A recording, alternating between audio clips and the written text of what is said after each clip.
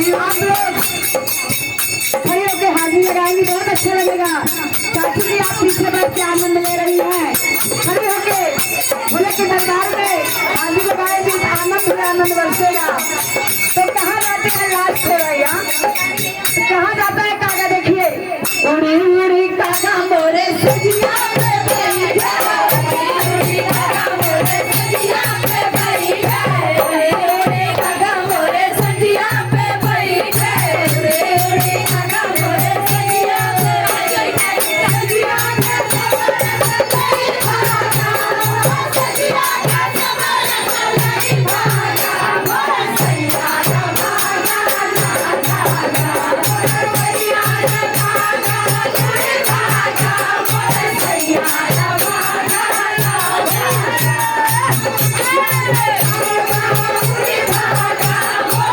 Yeah.